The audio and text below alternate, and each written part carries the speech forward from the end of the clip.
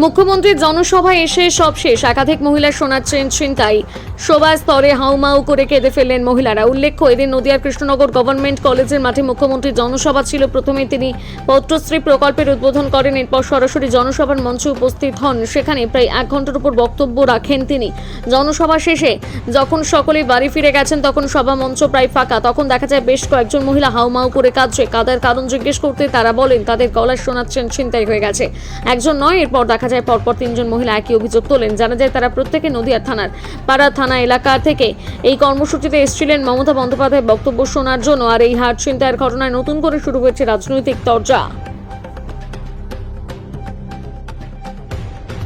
ঐক্যশ্রী থেকে শুরু করে মেধাশ্রী থেকে শুরু করে ক্লাস 9-এ উঠলেই সবুজ সাথী সাইকেল, ক্লাস 9-11-এ উঠলেই তরুণের স্বপ্ন স্মার্টফোন, সংখ্যালঘুদের জন্য 10,000 বেরিয়ার গ্রাউন্ড তৈরি করেছি, ওবিসি রিজার্ভেশন করা হয়েছে। মনে রাখবেন, আমরা পরিষ্কার বলেছি ওয়াকফ প্রপার্টি তার নিজস্ব আইন অনুযায়ী চলবে। এখন মতুয়ারিরা করবে, এ সম্পত্তি কেউ দখল করতে পারবে না। যেমন আদিবাসীদের সম্পত্তি কেউ দখল করতে পারবে না, এটা গভর্নমেন্টের আইনে আছে। আরে সেন্ট্রাল গভর্নমেন্ট তো চেষ্টা করবে, দেখছেন না এত ভিড়ে যে তাড়াহুড়ো করে ভোটে হবে। এসআইআর এর নাম করে আধার কার্ড চলবে না, আধার কার্ড চলবে নো স্যার। ব্যাংকের অ্যাকাউন্টে আধার কার্ড চলবে ইয়েস স্যার। প্যান কার্ডে আধার কার্ড চলবে ইয়েস স্যার। ভোটাধিকারে চলবে নো স্যার। নাগরিকত্ব প্রমাণে চলবে নো স্যার। বিজেপি চামচাগিরিতে চলবে, সরি চামচাগিরি উইথড্র করে নিচ্ছি। বিজেপি দালালিতে চলবে, সরি ওটা উইথড্র করে নিচ্ছি। বিজেপি দাবিদারিতে চলবে, হ্যাঁ এটা থাকবে, ওটাতে ইয়েস স্যার। মানুষের ভোট কাটা চলবে ইয়েস স্যার। বিজেপিকে জেতানোর জন্য স্যার চলবে ইয়েস স্যার। নির্বাচনের আগে কেন বিজেপিকে জেতাতে হবে নো স্যার, হবে না। সারা দেশটাকে পরিণত করেছে একটা বিজেপির দেশ হিসেবে। ধর্মের নামে চৈতন্যদেবকে মানে না, রামকৃষ্ণকে মানে না, আমাদের দেশনেতা মৌলানা আবুল কালাম আজাদকে মানে না, সংবিধান রচয়িতা বাবা সাহেব আম্বেদকরকে মানে না, বিরসা মুন্ডাকে মানে না, স্বামী বিবেকানন্দকে মানে না, রামকৃষ্ণ পরমহংসদেবকে মানে না, বঙ্কিমচন্দ্র চট্টোপাধ্যায় যিনি বন্দে মাতরম লিখলেন তাকে বলছে বঙ্কিমদা, যেন ওনার সাথে বসে চা খাচ্ছেন। মাস্টারদা সূর্য সেন স্বাধীনতা আন্দোলনের গর্ব, তাকে বলছে মাস্টার। একটা মানুষকে যে সম্মান দিয়ে সম্বোধন করতে হয়, যারা ইতিহাসে চির ইতিহাসে স্বীকৃত, সব ভুলে গেছে। নেতাজিকে বলছেন, রাজ্যসভায় নোটিফিকেশন করে বলল জয় হিন্দ বলা যাবে না, বন্দে মাতরম বলা যাবে না। আমরা বললাম বলতে তুমি বাধ্য। আমাদের প্রেসারের কাছে মাথা নত করলো। বলছে নেতাজি সুভাষচন্দ্র বসু নাকি দেশের নেতা নন।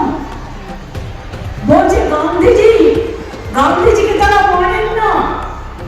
আজকে বিজেপির নেতারা বলছেন ক্ষুদিরাম বোসকে, যিনি গোলায় ফাঁসি পড়ে বলেছিলেন একবার বিদায় দিয়ে না, ঘুরে আসি, হাসি হাসি পড়বো ফাঁসি, দেখতে ভালোবাসি, তাকে বলছে সন্ত্রাসবাদী।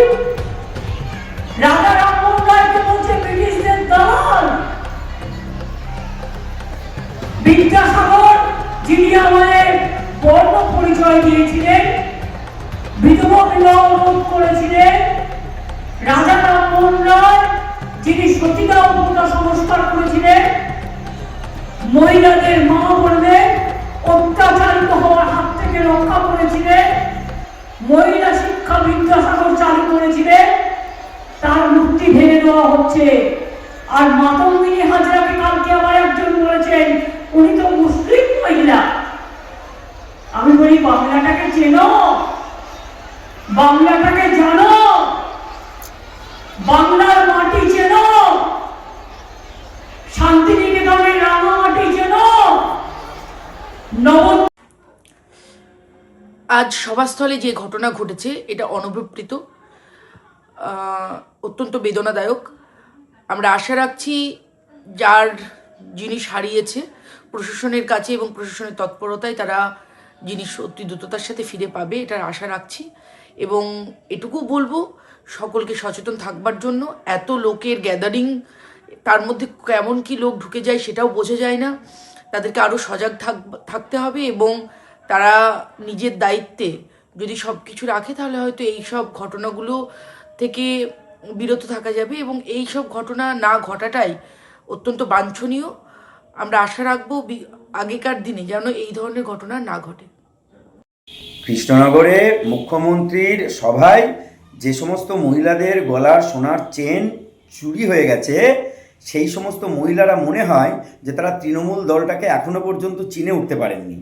কারণ যে তৃণমূল দলটা এই গোটা পশ্চিমবঙ্গের সমস্ত গাছ চুরি থেকে শুরু করে কয়লা চুরি, গরু চুরি, বালি চুরি এবং বাগান চুরি, মানুষের সম্পদ চুরি যারা করছে, তারা মহিলাদের গলার চেন চুরি করবে না, এটা তো হতে পারে না। ফলে তাদের তো যখন তারা ওই তৃণমূলের সবাই যাচ্ছে, তাদের এইটা বুঝে যাওয়া উচিত ছিল যে ওখানে আদ্যপান্ত একেবারে শুরু থেকে শেষ পর্যন্ত ব্যক্তিটা চুরির সাথে যুক্ত না থাকলে কেউ তৃণমূল কংগ্রেসটা করতে পারে না। আমি জানি না যে যারা যেসব মহিলাদের গলার চেন চুরি হয়ে গেছে তারা কি ভেবে মুখ্যমন্ত্রী সবাই গেছেন। কারণ মুখ্যমন্ত্রীর সবাই যদি জেনে থাকতেন যে ওটা আদতে তৃণমূলের সভা এবং তৃণমূলের সমস্ত চোর ওখানে আছে, এই যদি জানতেন তাহলে নিশ্চিতভাবে তারা গলায় সোনার চেনটা পরে যেতেন না। তাই তাদের উদ্দেশ্যে বলবো যে এখনও যে সমস্ত মানুষ তৃণমূলকে চিনে উঠতে পারেননি তাদের বলবো যে দ্রুত এই চোরের দলটাকে, এই চোরগুলোকে চিনে নিয়ে আপনারা ভারতীয় জনতা পার্টিতে আসুন এবং এই দলে এসে নিজেদের সুরক্ষিত রাখুন এবং এই গোটা বাংলাকে সুরক্ষিত রাখুন। ডক্টর সোমনাথ কর, মুখপাত্র, নদিয়া দক্ষিণ সাংগঠনিক জেলা বিজেপি। আসলে যেসব মহিলারা ওই সবাই গেছে তারা এখনও তৃণমূল দলটাকে চিনতে পারেনি। যে তৃণমূল দলটা এই পশ্চিমবঙ্গের বালি, পাথর, গরু, জমি, এমনকি বাগান কেটে চুরি করে সাফ করে দিচ্ছে, তো মহিলাদের গলার সোনার চেন চুরি করবে না? এটা হয় নাকি? একটা আদ্যপান্ত চোরেদের সভা, সেই চোরেদের সভাতে গিয়ে গলায় সোনার চেন পরে যদি যায় তাহলে সেটা চুরি করবে না? এটা তো একটা মামুলি ব্যাপার।